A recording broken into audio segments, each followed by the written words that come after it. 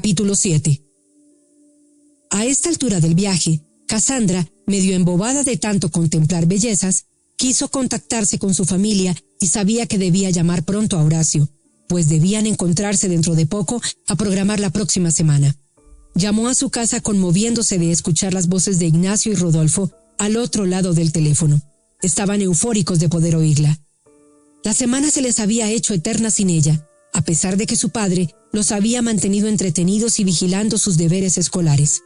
No habían sufrido ningún percance serio, salvo la rotura de un vidrio por un pelotazo que había dado Ignacio con demasiada fuerza.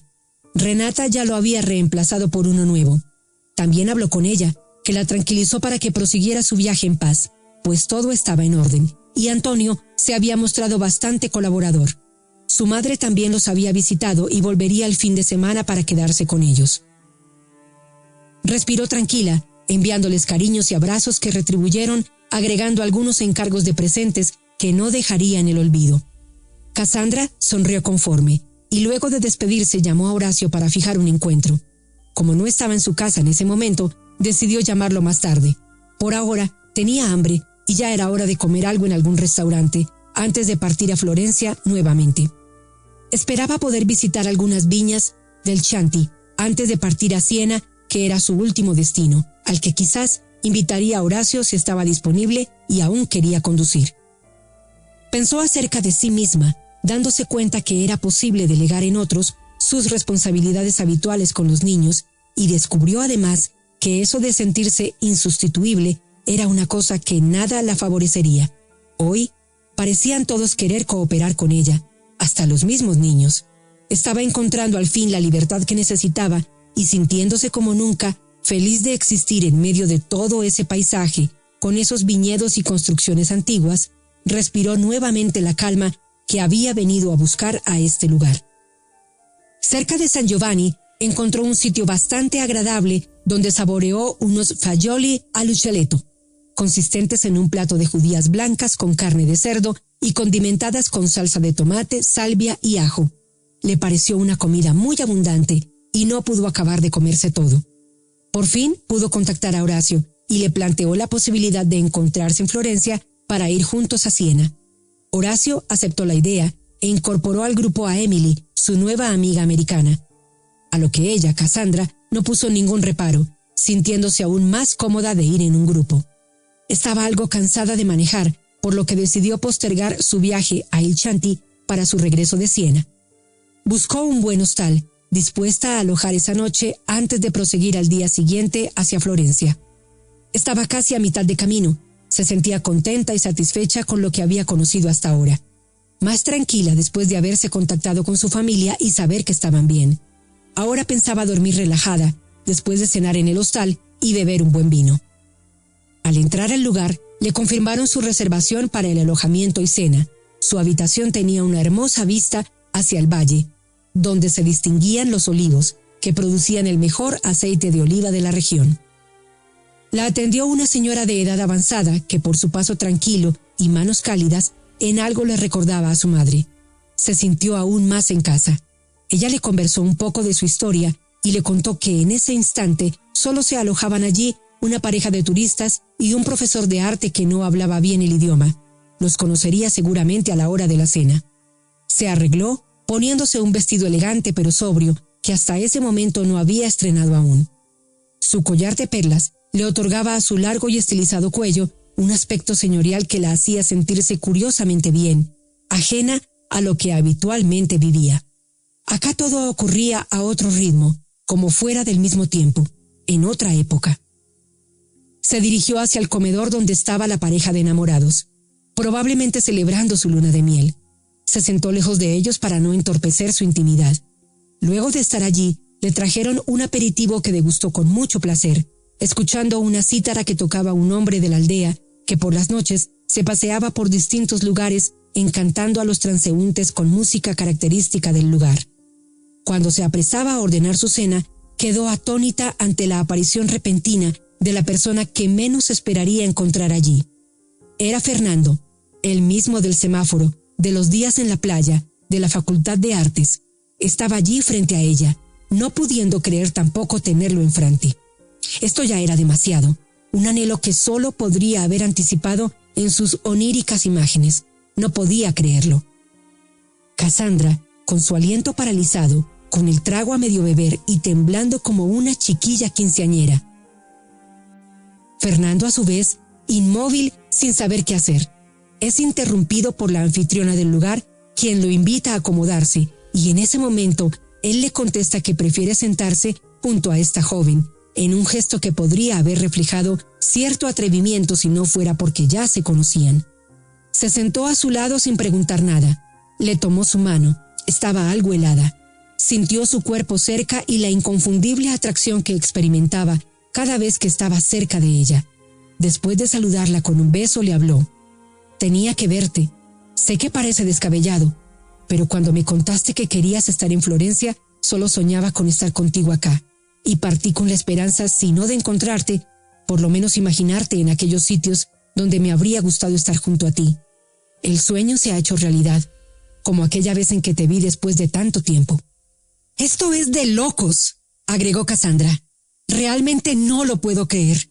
Sin embargo, también me gusta mucho el poder estar cerca de ti». Bebieron un buen vino durante esa cena que estaba exquisita y había sido preparada por la misma señora del hostal. Después hablaron de todos los sitios recién visitados por ambos. Coincidieron en varios de ellos, por lo que pudieron encontrarse antes si así el destino lo hubiera querido. Pero curiosamente, era aquí, en un lugar muy sencillo y modesto, donde se apreciaba toda la campiña y ya preparaban comida casera. Estaban medio mareados, tambaleantes, fueron a anunciar a la señora acerca de los últimos cambios en la disposición de las habitaciones, lo que podría haberla extrañado. Sin embargo, en Italia, las cosas para el amor estaban un poco regaladas por la misma gente, con un entorno diseñado desde siempre para ser vivido en toda su dimensión romántica. No les dijo nada y solo los miró sonriendo, contemplando a estos enamorados que se encontraban aquí mágicamente. Entraron en la habitación de Cassandra, que era suficientemente grande y espaciosa, decorada en un estilo muy cálido. Unas flores recién puestas en un jarrón otorgaban un aroma a jazmín que les venía bien, trayéndoles remembranzas de la playa. Oscurecía y el calor de él parecía aproximársele. La cogió de los brazos y comenzó a acariciarla con toda su boca y sus dedos. Se paseó por su silueta como bien sabía hacerlo. Se conmovió con sus curvas y la besó una y otra vez.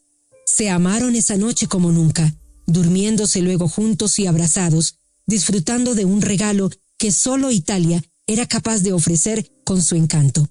Sin duda, fue una de las mejores noches de su vida. Esto quedaría grabado dentro del corazón como uno de los momentos más bellos que le había tocado vivir. Ahora por fin se podía decir a sí misma que su vida había tenido una razón de ser para el amor. Quizás un amor que avanzaba a paso de caracol, pero finalmente amor.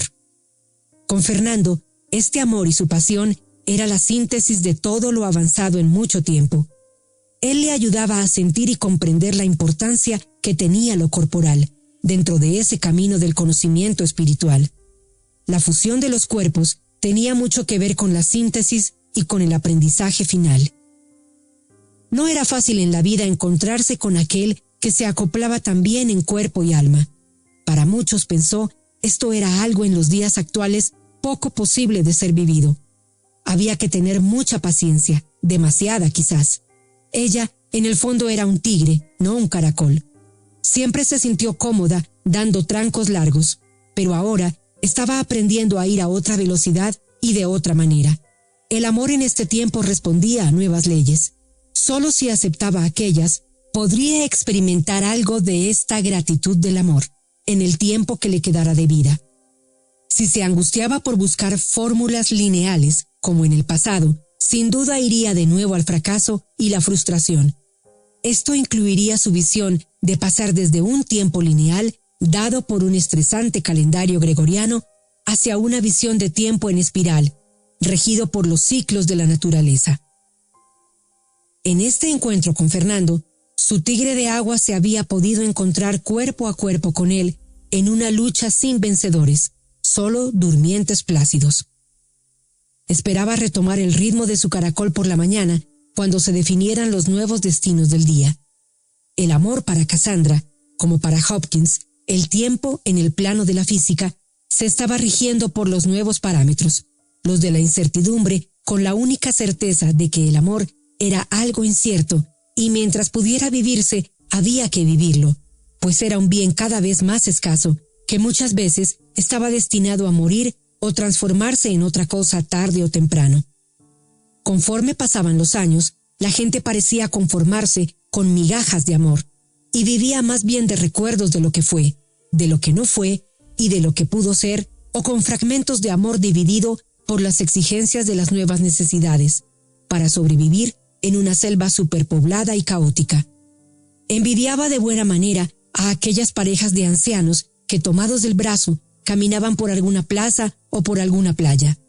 Ellos tal vez eran el único testimonio de que sí era posible la felicidad de pareja en estos días posmodernos. Estaba viendo que el tiempo para el amor ya no era nunca más lineal ni certero. Ahora era circular, sincrónico y por sobre todo incierto. Solo quienes estuvieran familiarizados con estos cambios y quienes tuvieran una pizca de conciencia de dónde estaban parados, eran los sobrevivientes para el único amor posible, el que se ajustara a las dimensiones actuales del tiempo y el espacio. Cassandra, si de algo estaba contenta consigo, era poder ser consciente de sí misma.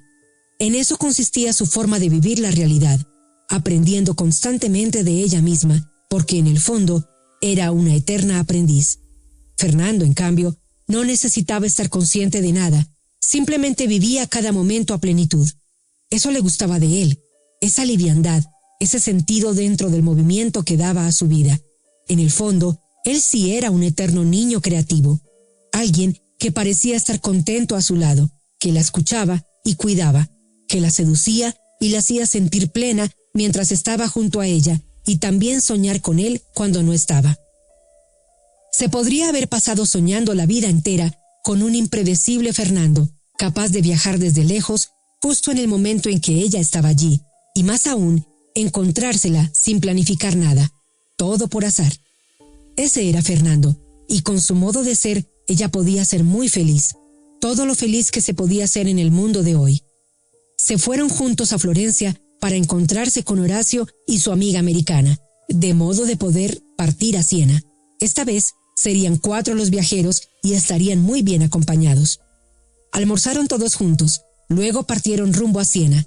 Conocieron todo lo que les quedaba por conocer, disfrutando del paisaje, los buenos vinos y la belleza arquitectónica de una ciudad famosa por su encanto. Mientras recorrían varios kilómetros de distancia, Cassandra parecía estar hechizada por la campiña y a medida que avanzaban hacia el sur, la luz otorgaba un colorido a tierras, casas, iglesias y colinas que daba el nombre a esa ciudad por visitar. Se encontraba en medio de la esencia de la Toscana, con sus poblados vigilantes en las alturas y el marcado predominio de tonos dorados y rojizos de los campos.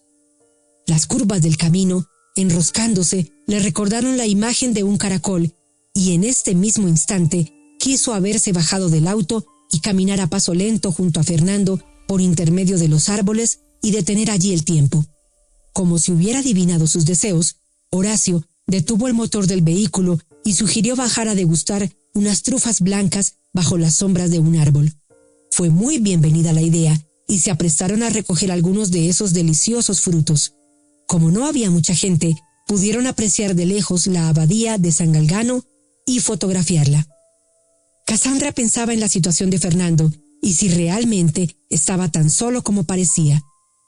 Justo en ese instante, éste la sorprendió con una flor, mostrándole la ermita del cardenal Chigi, que se erigía sobre una cumbre de una escalera. Tenía su historia relacionada con un rival en el amor que había sido asesinado conforme Fernando le ilustró y agregó luego: «A ti te hubiera gustado eliminar a una rival alguna vez, ¿no?», riéndose. «Tal vez, pero luego me habría preguntado si valió o no la pena», respondió ella con seguridad. «¿Ni siquiera por mí habría valido la pena?», insistió agudo. «No lo sé», y miró hacia la colina pensativa. «Probablemente yo mismo te habría facilitado el trabajo», resolvió. «¿De qué manera?», preguntó ella. habría encontrado la manera yo mismo de eliminarla de mi vida para que tú entraras en ella. ¿De verdad lo habrías hecho por mí?, respondió un poco incrédula. ¿Acaso lo dudas?, le respondió con una pregunta y agregó. Tú ni siquiera imaginas todo lo que sería capaz de hacer por ti, afirmó él. ¿Qué estás tratando de decirme con todo esto? Lo miró fijamente, como esperando una definición de lo que pasaba por su cabeza y por su corazón en ese instante. Te estoy queriendo decir que me gustaría compartir cada momento de mi vida contigo, Cassandra. Ya sé que a esta altura no tenemos la eternidad por delante, pero contigo cada segundo tiene sentido. No puedo pensar en nadie más que en ti. De veras, créeme que estoy solo. Si bien tengo hijos, estos ya crecieron y de sobra han comprendido que entre su madre y yo ya no existe amor, le aseguró él. Está bien, tus hijos están grandes, pero los míos son muy pequeños y no sé si comprenderían, dijo ella.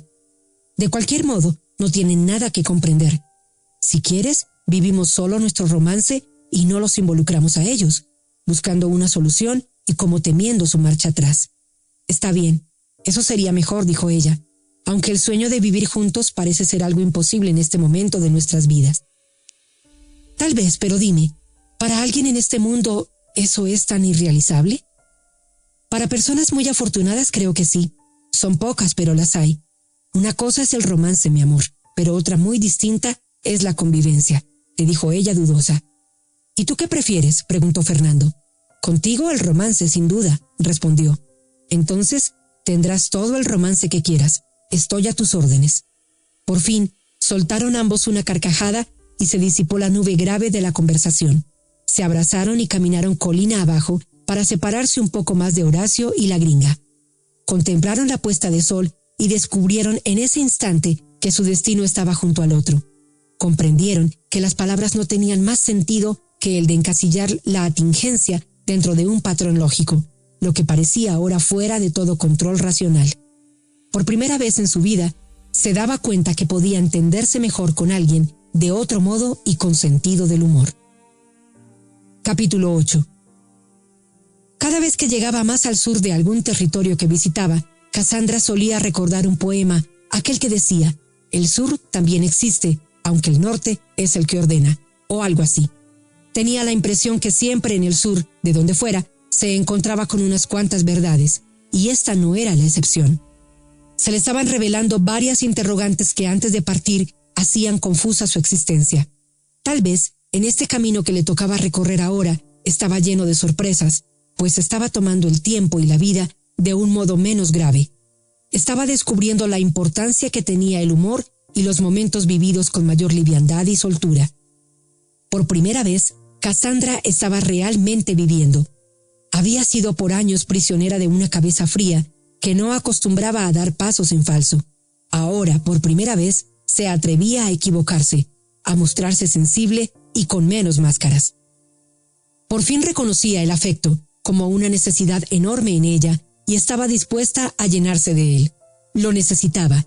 Quería acompañar sus soledades con este amor que no ofrecía nada seguro, pero tampoco podía decirse que la seguridad era un ingrediente necesario para el amor. Por fin comenzaba a entender la gratuidad. Se había empeñado tanto en retener que solo terminaba por espantar de su vida lo único que en el mundo no formaba parte del mercado. Todo ahora era un gran mercado, de allí la imposibilidad de los seres de encontrarse en la incondicionalidad.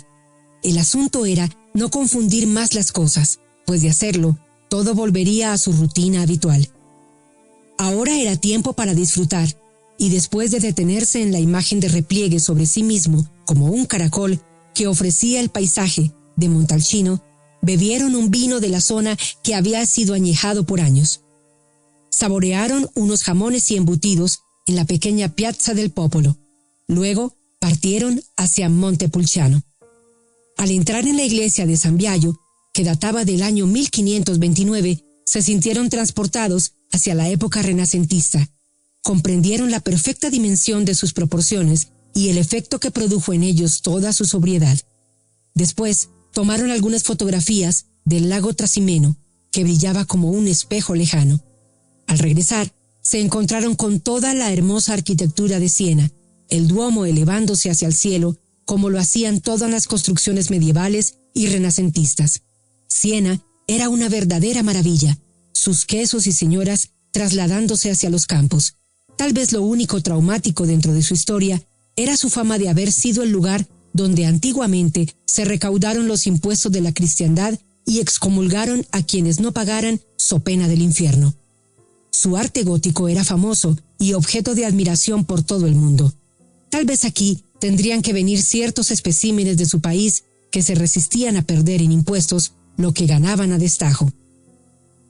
Cassandra había aprendido ya suficiente y se sentía con ganas de descansar un poco de este bonito y agotador viaje. Horacio pensó que sería una buena idea finalizar la excursión cenando esa noche allí. Era una noche cálida, especial, después de haberse desarrollado el famoso Palio de Siena, al que no pudieron asistir. Este consistía en una carrera bastante salvaje de 10 caballos elegidos al azar 3 días antes. Cada uno de estos caballos representaba a 10 barrios distintos. Debían dar cada uno 3 vueltas alrededor del campo, de modo que los caballeros que montaban a pelo pudieran darse todos los golpes que desearan, incluso los más violentos. De eso se trataba el asunto. Cassandra no lamentó llegar después de esta ceremonia, pues si bien el espectáculo tenía su fama, para ella en este momento, esto de darse golpes a diestra y siniestra representaba un aspecto demasiado violento dentro de lo que ella estimaba necesario conocer por ahora. Fernando y Horacio, en cambio, lamentaron no haber podido asistir al espectáculo y se prometieron volver algún día.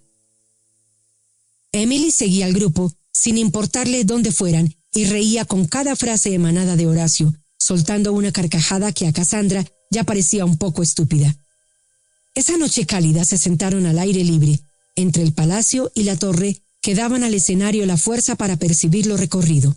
La caracola de ladrillo nuevamente la hizo detenerse en este símbolo, pues sintetizaba plenamente su concepción del amor.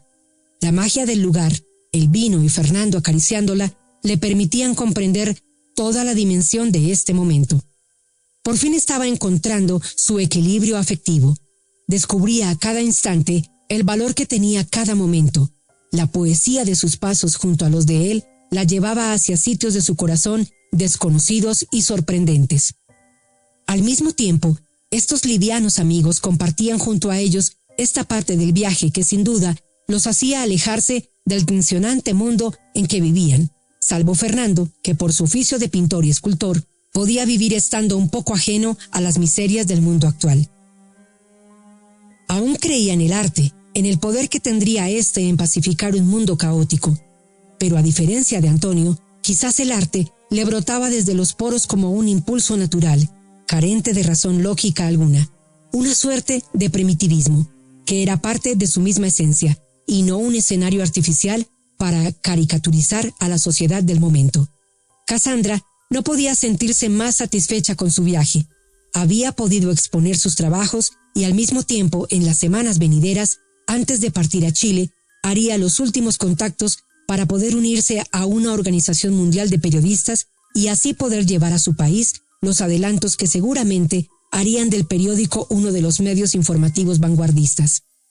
Eso le ofrecía también los necesarios adelantos dentro de su profesión y el reconocimiento a una trayectoria que le harían merecedora de más de alguna distinción.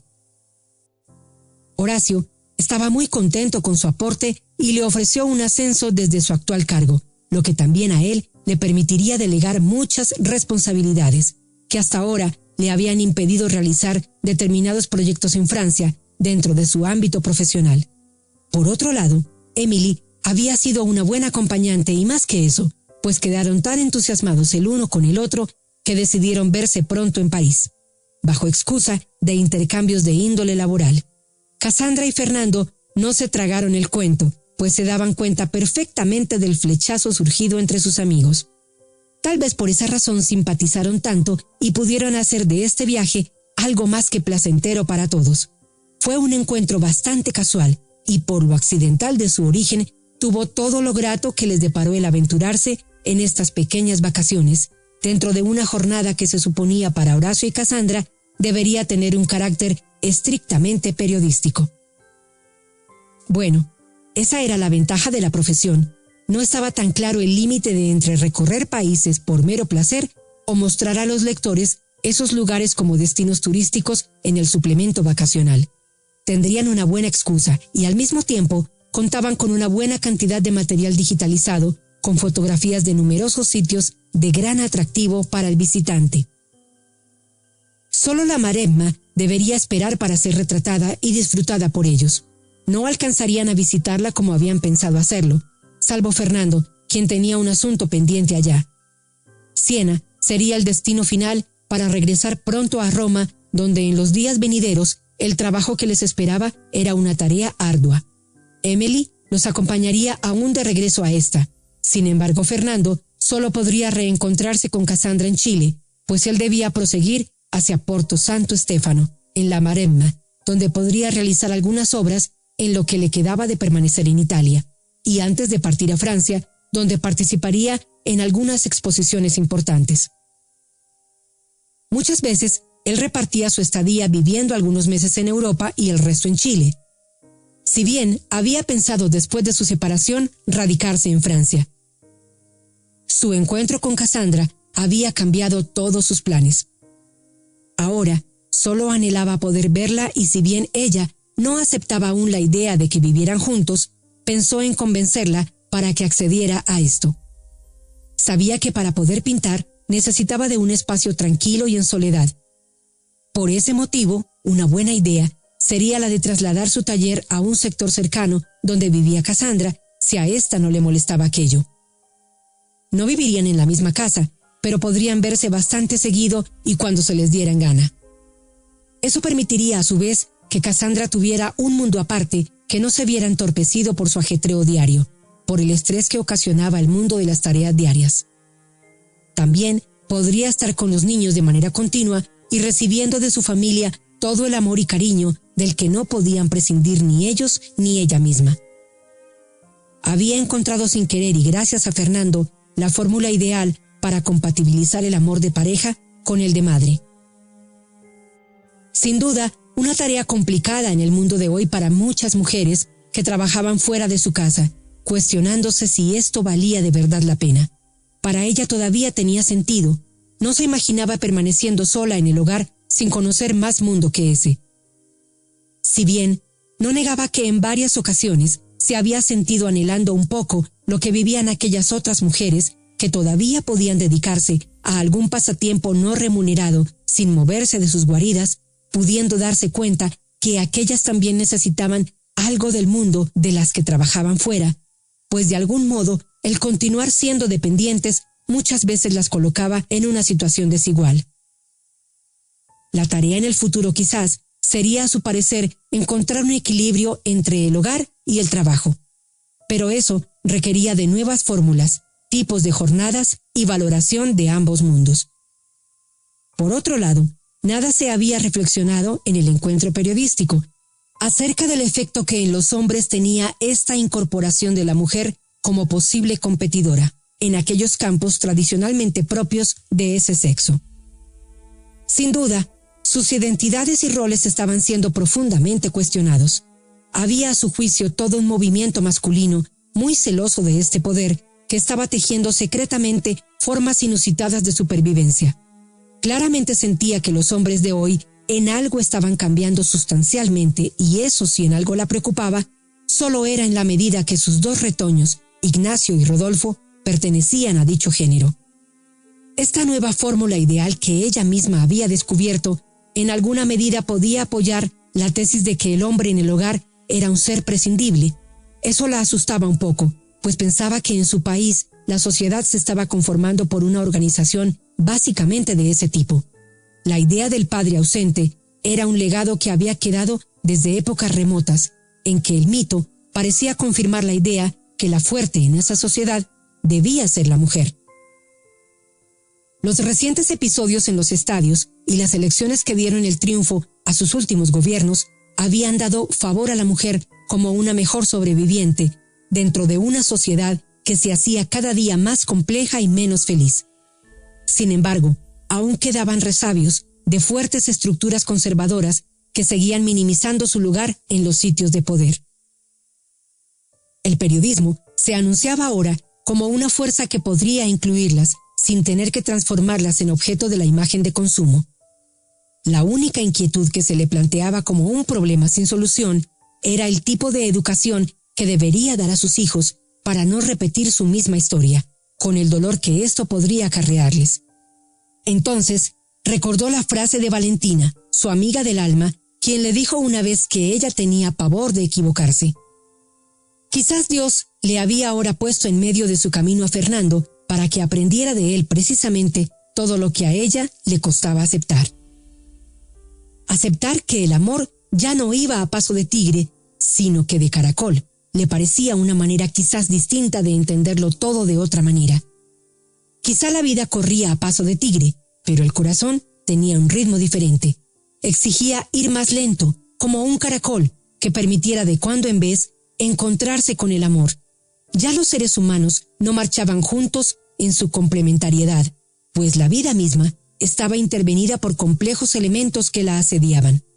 Esa noche, Cassandra soñó que alguien la llamaba desde un bote inmenso y pasaban por las calles enormes figuras de caricaturas infladas. Se subió a una de ellas que iba vacía. Alguien la llamaba desde algún sitio extraterreno por su nombre. Ella, medio volando en ese gigantesco transporte marítimo dentro de la ciudad, iba cuesta abajo con gran temor de no saber lo que encontraría. De pronto, aterrizó en un lugar donde había una cama grande vacía, y luego ella se sorprendía al no encontrar lo que anhelaba. Mira para todos lados, como buscando a una persona, y lo único que había era un montón de maletas, un equipaje preparado para partir. Ella sabe que es de su pareja, no está en ningún lado, siente pena hasta que de pronto despierta y se da cuenta que solo está soñando. A su lado está Fernando, quien la abraza y le dice: «Parece que dormiste bastante, amor. ¿Estás bien, cariño mío?» «Sí, claro, solo estaba soñando.